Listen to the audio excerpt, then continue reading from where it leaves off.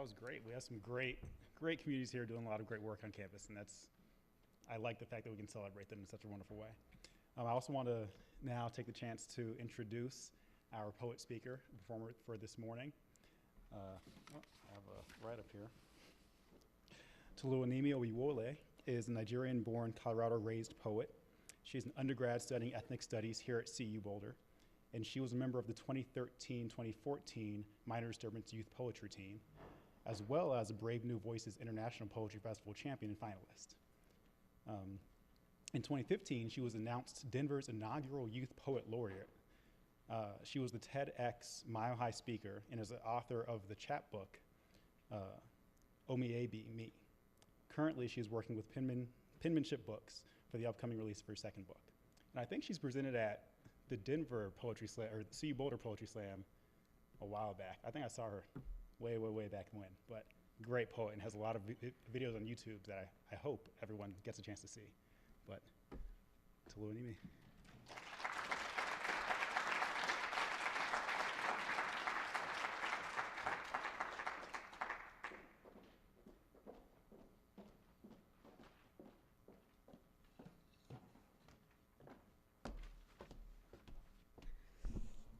Good morning, everyone.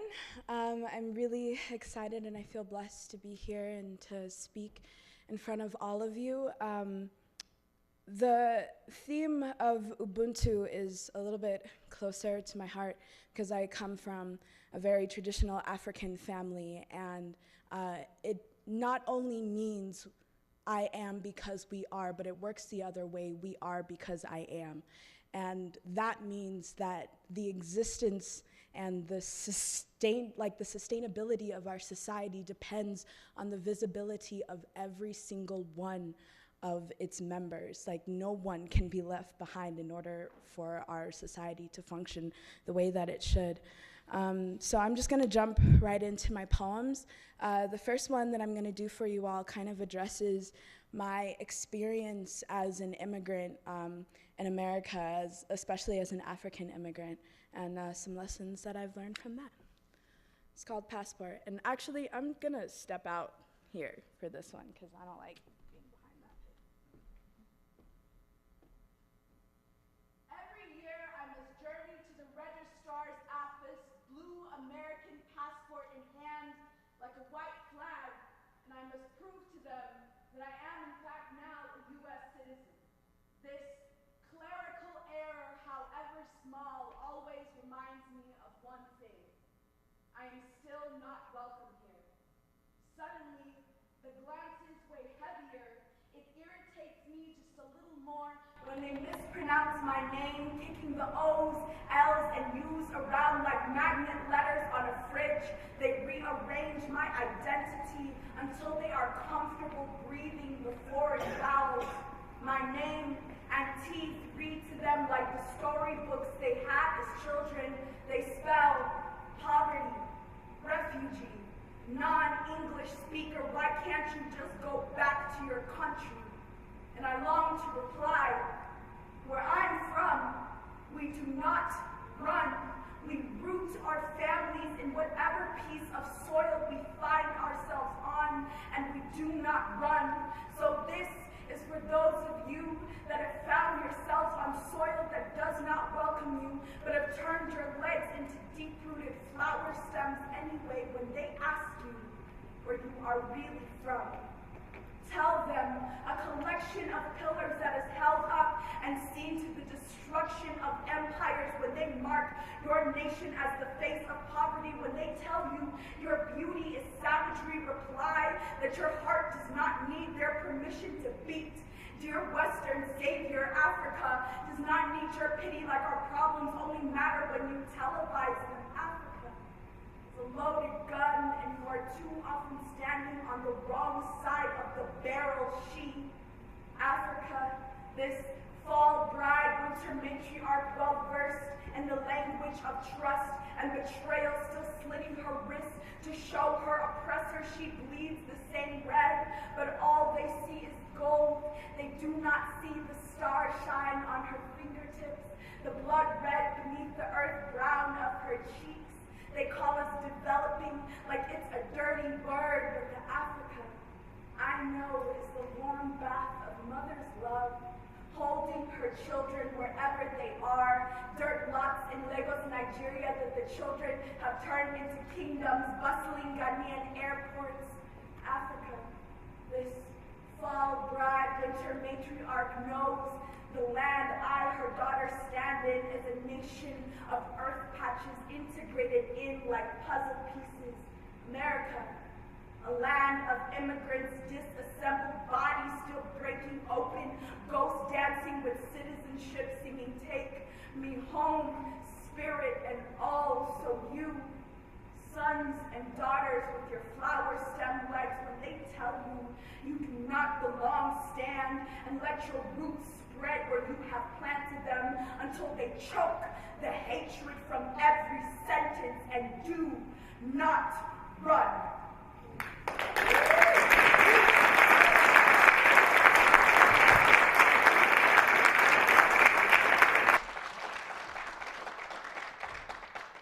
So this second piece I wrote specifically for this event, and it kind of follows along with the way that Ubuntu works both ways. So yeah, I don't have it memorized, so I'm gonna read off paper. It doesn't have a title yet either. This is for the students in the front of the room 10 minutes before class, wearing everything they have to prove on their skin. For the ones in the back with the 15-minute late stride, sweat from running for an hour late bus. For the ones with 3 jobs and no scholarships, fighting to honor parents whom America has turned into shadows. The black fish without expensive lives or trust fund voices. The ones the institution will put on their brochures, then grind into silent pavement after. The ones who are followed home, mistaken and mistreated as campus workers. The last ones to leave the library, the first to have their work questioned. Double consciousness got us scrubbing the accents and ebonics from our tongues. MLK visions, more jail cell Birmingham burning than I have a dream. For the ones who find home in every hijab, head nod, dap up Spanglish whisper across the hall, clutching our traditions close beneath football jerseys while our cultures are worn as costumes year after year. Our bodies washed white, then displayed so clean for demographic reports. Diversity has become a gavel of a word smacked down for extra funding. We are more than numbers. We are more than what some say our hands are good for. Our hands know what it means to keep reaching, even past those who see your breath as a nuisance, desperate to live like a human ladder towards heaven, a hope for those who died with their fingers still inching towards the sky. I know I am my grandmother's dream come true because I am alive, because I am here, because we are here. This heartbeat is a collective effort. I am Assata. I am Lalo. I am Malcolm. I am Amadou Diallo. I am Tamir Rice. I am Renisha McBride. I am Philandro Castile. I am Rakia Boyd. I am Emmett Till. I am Sarah Bartman. I am because the history of this country is the steel fiber I rip from my throat to breathe every morning. I breathe in a classroom that would rather me be invisible. I am visible on a campus with a privileged crowbar, and I have not succumbed to the beatings. I am every brown body having to defend themselves in a history lecture.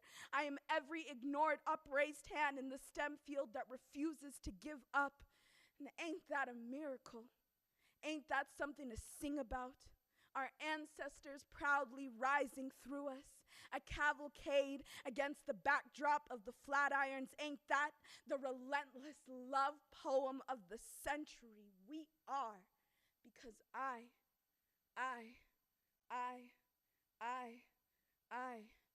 am. Thank you.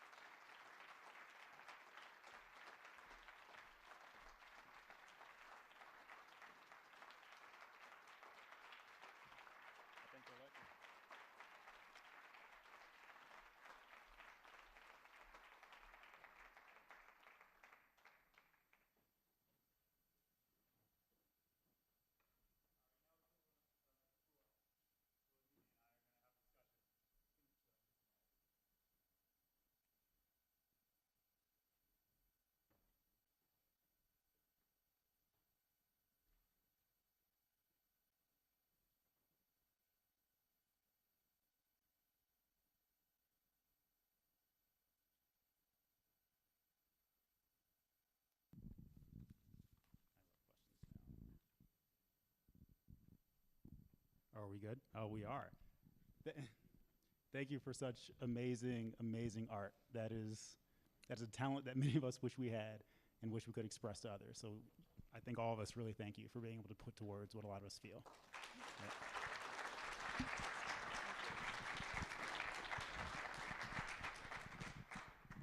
Thank you so much. That means a lot. Thank you.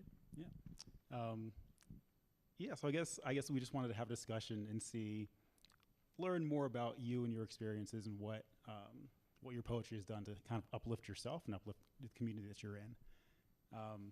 So I guess my first question, I wonder what my first question should be. I've made a list, but now, depending on results, that list changed. But my first question would be this. You mentioned that you have often felt not at home in Colorado because of how people pronounce your name, because of how you look, because of several various things, right? In other poems that I've seen on YouTube that you've recited and performed, you've said that eventually Boulder did feel like home for you. Can you tell or speak about how long that took, what that process was like for Boulder to feel more like home?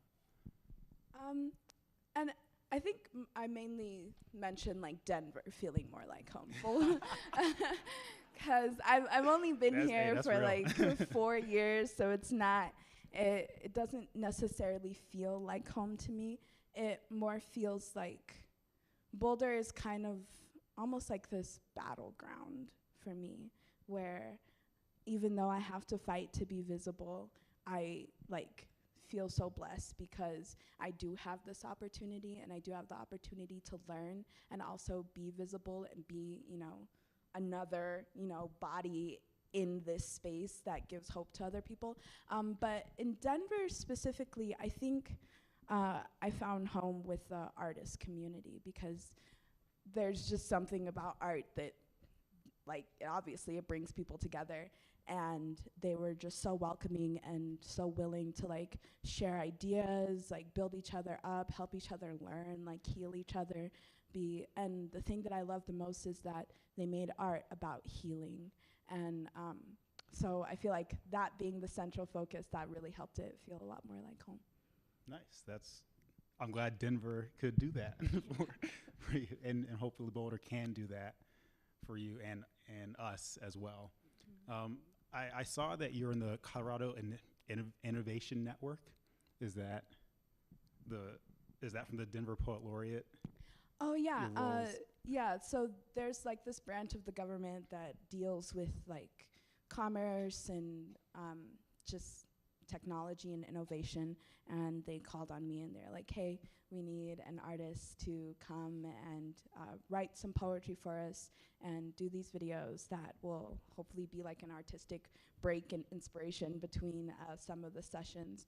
And my mentor, Ken Arkan, had actually done it, and Bobby Lefebvre had done it a year before, and they really loved it. And so they're like, yeah, this would be a great opportunity for you. Nice, yeah. That seems like you're getting a lot of, I don't want to say publicity, but being a presence in Denver, and that sounds like it's pretty awesome. Do you see yourself as kind of a role model for what we can be? I struggle with like claiming things like that, just because I try to be humble with everything that I do and understand that like this is a great gift that I've been given, and it's not necessary, and I try not to get like a big head or anything about it. But I feel like this was more of a collaborative effort. I definitely feel like, because if my community wasn't so behind me and wasn't so like, willing to help me and like lift me up, I definitely wouldn't have been able to do the things that I do, because naturally I'm kind of a little bit more shy in person and I don't really like talk very loud. But it doesn't come off that way. But honestly, it was the encouragement of my community, but I do think that this goes to show, it's just one of the many things that goes to show that my generation is really ready to step up and make change happen, and to be very vocal about what we want. I like that idea. That kind of resonates with me, talking about how the community was able to help raise you up. And sincerely, I think you have been an inspiration, you may have not like that title, but I think it's worked. Do you think that there are things here in Boulder that our community can do to lift up the voices of people who may be quiet? Most definitely. And I think the most important thing is making events like this more frequent and more visible.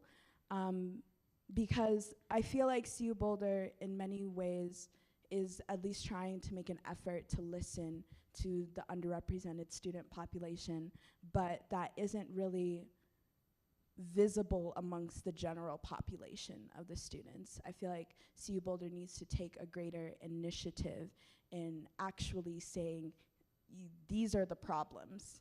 This is where we are not seeing or hearing people, and then publicly saying, this is how we can move forward. That's interesting. I agree. I think that's a really good thing that CU can do. Are there ways which we can help CU in that goal? We as students, I'm a grad student, you're undergrad.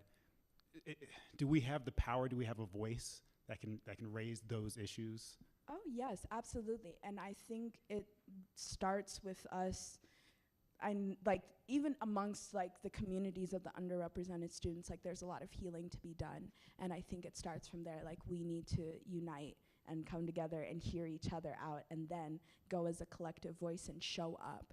Because there are a lot of, meetings and campus liaison stuff that's going on, but I feel like we as a student population just need to show up. And for some of us, that isn't necessarily easy because we do have a lot on our plates. And for some of us, it might even be dangerous because you might get called out by a professor, or you might have more microaggressions committed against you because you are showing up and because you are being visible.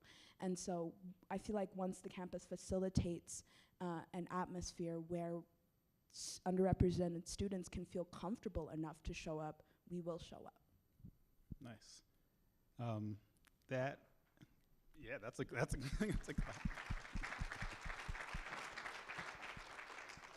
that makes me, I'm forced to raise this question. With the election results, it seems like more microaggressions have been happening and will be happening. Is that your perspective, or what do you think this will lead to? Honestly, I feel like it's just everything that has been happening is going to keep happening, but it's just a wider platform. Like now it's acceptable because your figurehead pretty much represents that. So it's more acceptable to be microaggressive. It's more acceptable to be hateful openly towards people. However, I feel that in order to combat that, we as a community, like the underrepresented students, the people of color, everyone, immigrants, like we need that unity. We need to hold each other up, as opposed to, immediately coming and combating people who are aggressive and hateful towards us. If we establish our own community, if we, I hate to say this, but green power or whatever, supporting businesses of color, supporting local businesses, supporting businesses that, represent the ideals that you want to be represented in America, that definitely helps and builds up our community. And also in every single way, making the people around you feel as supportive as possible, like just playing your individual role and working on your individual self. I feel like that is the most important and really the only thing that you can do. Is there a way for us to build our own communities and support our own communities while also bringing in allies, is the appropriate word, right? I mean, I'm a math person. I like numbers. That was a numbers game last night. It just was, right? So is there a way that we can include more people into this discussion, thoughtful discussion about how racism and sexism and xenophobia and all of that, yeah. Absolutely. I feel like though right now the role of allies is to come in and to listen, like to not be a huge, like, overwhelming presence, but like still show up, like allies show up, but listen. Don't speak, just listen and support, because you have the platform of your privilege. So listen, support, create atmospheres where your friends who are immigrants, who are people of color, who are women, who are, you know, from the LGBTQ community, make atmospheres, create platforms, you know, in your spaces for them to speak. And that is like pull and push each other up. That is the only way that this works. If you feel that, you know, oh, you know, this election didn't matter, like, whatever, I'm just gonna keep doing what you're doing, that is privilege. Like, check it, recognize it, hear it, talk to your friends about it. Talk to your friends in your spaces about it. And that is the only way that this is gonna change.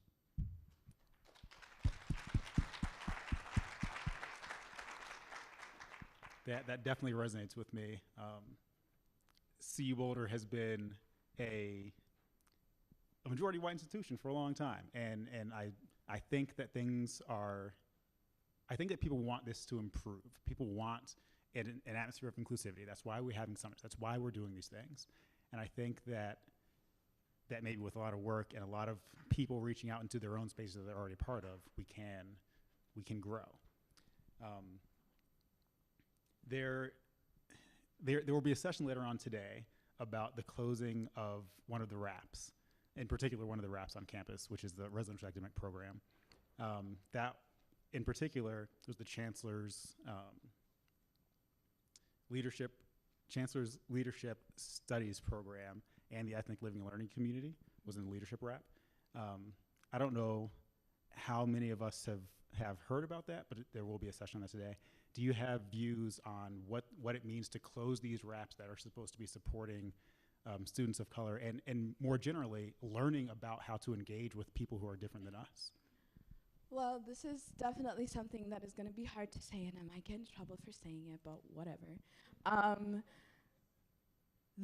It just goes to show that there's a long-standing tradition on CU Boulder of preserving and protecting what will bring the institution money. So what will bring the institution money? Alumni who give back. Who are the alumni who usually give back? The people who came here privileged in the first place, the people who are in our fraternities and sororities, who, you know, daily commit microaggressions and are the people following people of color home, and yet no consequences are being given. It is the protection of those people that preserves this university. And this university operates like a business.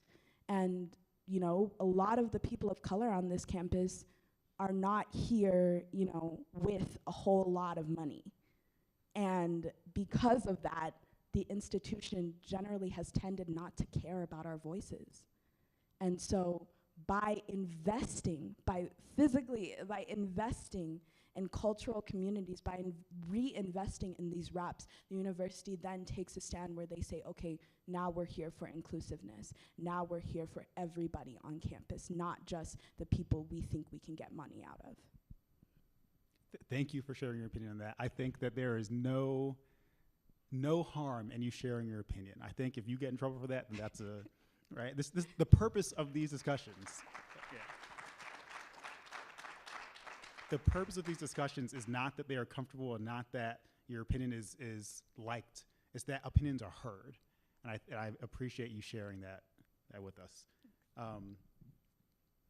What can we do? What can we do about, if that's our feeling, that students of color are not bringing enough revenue in whatever sense, financially or impact on greater atmosphere of the culture, if that's what if that's what you think CU's perspective is, how can we change CU's perspective on us? Is there something we can do? Honestly, unless we're, you know, altering their, you know, monetary ability, unless we're messing with their funds, there really isn't a lot that we can do but still be here and be visible and keep voicing our concerns to the university. And it is up to our regents. It is up to the people who control our tuition. It is up to the people who, control the funds on this campus to really say, hey, I'm here and I'm listening to you and I hear you and I'm going to invest in your visibility. Is there a way to involve, so we talked earlier about involving other people outside of our direct communities, people who don't look like us, to join these issues? Is there a way? It seems like people of color are put upon, is that any issue that has to do with people of color must resolve it. And that's the only people that it affects, right? Only people of color are charged with solving these issues. And I don't think that is true, and I think most of us in this room probably don't agree with that, but maybe that's the feeling. Is there a way to engage more people in these solutions? Yes, absolutely, because patriarchy, racism, misogyny, it affects everyone. It affects the people perpetrating it, and it affects the people who, these offenses are being committed against. And I think that by having more widespread, large campus dialogues and discussions, we can include people. We can say, here, we're not here, look at us. We are not here to accuse you. We are here to have a conversation by which we can reach an agreement, by which we can reach a place to where we are working with and for each other, as opposed to just having all the students of color say, we don't like the atmosphere, and sending out blame and everything. This is a dialogue. So I think representing these issues as more of something that can be dialogued about is extremely important, because it makes people feel more included, number one, and two, it diffuses a lot of the, hatred that can get in the way of solution. I agree. You mentioned before that you're quiet, but in this conversation, it feels to me, navigating this conversation very well. And other people in this community may not feel that they can have these conversations so aptly. Are there tools that you've learned in your life about how to navigate these conversations that maybe you can share with everyone else? I feel like personally, I had to be very, very grounded in myself and who I was and what my communal identity was in order for me to even be able to feel like I had the right to speak out about these things.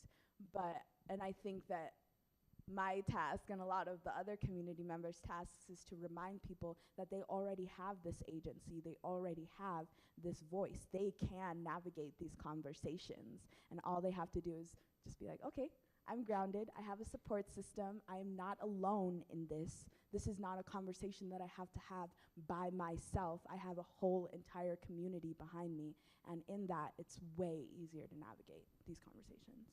Nice. I think that's great thing to take away from this conversation is that the more we practice, the more we have these conversations, they'll be awkward and we'll say things that are wrong. And oh yeah. Every day, right? That's the goal, to do something wrong every day so we can learn from it, right? Yeah, like my first radio interview, I went a little too radical, and I was talking about smashing capitalism and dismantling the system of patriarchy, and they were looking at me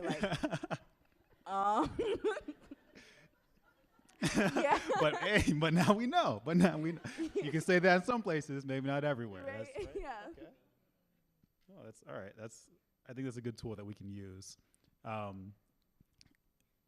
I've noticed that some people in the audience, as I was talking to folk, were thinking about the closing of these wraps.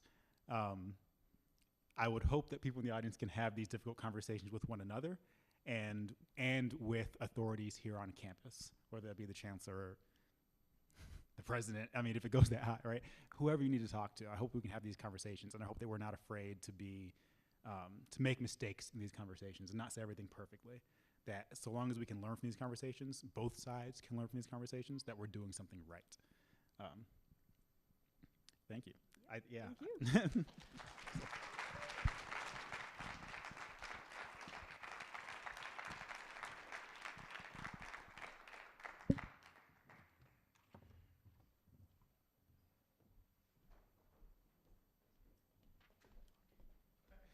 I wanted to say one more thing, that please continue with these great sessions going on today.